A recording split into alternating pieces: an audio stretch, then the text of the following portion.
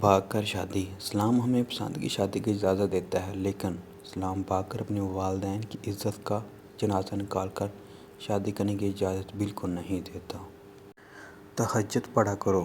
حضرت علی نے فرمایا، لا حاصل کو اگر پانا چاہتے ہو تو تہجد پڑھا کرو، کیونکہ جو نصیب میں نہ ہو اسے تہجد کی دعائیں مقدر میں لے آتی ہیں۔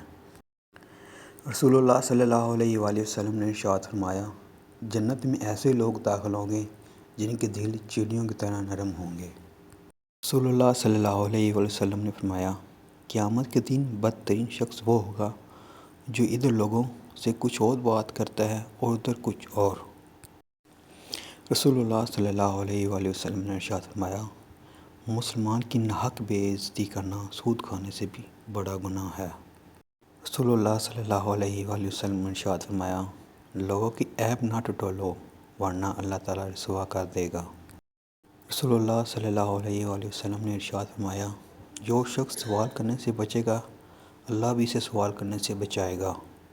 رحم کرو رحم پاؤ۔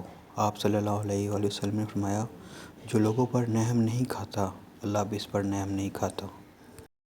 برائی اچھائی سے مٹتی ہے۔ رسول اللہ صلی اللہ علیہ وآلہ وسلم نے فرمایا، اللہ تعالیٰ گناہوں کو گناہ سے نہیں مٹاتا بلکہ وہ گناہ کو اچھائی اور نیکی سے مٹاتا ہے۔